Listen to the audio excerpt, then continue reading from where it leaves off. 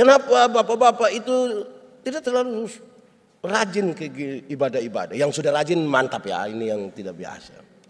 Hampir kami semua sepakat bahwa sibuk. Di sini juga sama kok. Sibuk. Rupa-rupanya hari-hari ini kalau kita sebut diri sibuk itu sepertinya kita bermakna sekali. Bapak ibadah, saya sibuk.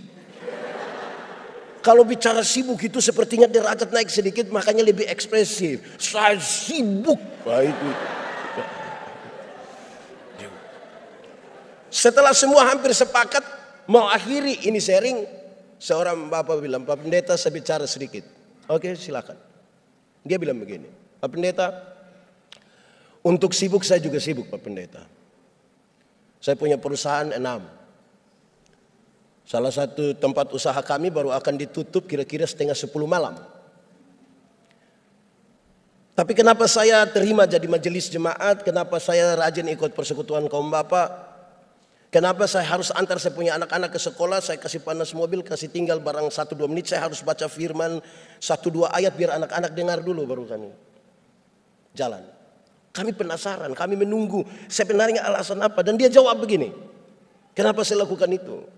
Dia bilang, karena saya sayang anak-anak saya. Saya langsung tanya dia, jadi saya ini tidak sayang anak?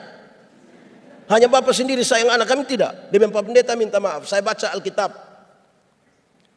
Sampai satu waktu Tuhan ingin untuk menghukum Salomo. Karena Salomo buat kuil-kuil penyembahan untuk dewa-dewi dari istri-istrinya. Tuhan mau menghukum Salomo. Tapi kemudian Tuhan batal menghukum Salomo. Tuhan mengucapkan kalimat ini. Tuhan bilang begini, Salomo, oleh karena ayahmu Daud, aku tidak akan menghukum engkau. Pakai bahasa hari-hari dia bilang begini, Salomo, karena engkau punya bapak yang namanya Daud itu yang buat saya tidak jadi hukum engkau. Dia bilang, Pak Pendeta, waktu saya baca sampai di sini saya mengerti. Ternyata apa yang bapak-bapak lakukan diperhitungkan Tuhan bagi anak-anaknya.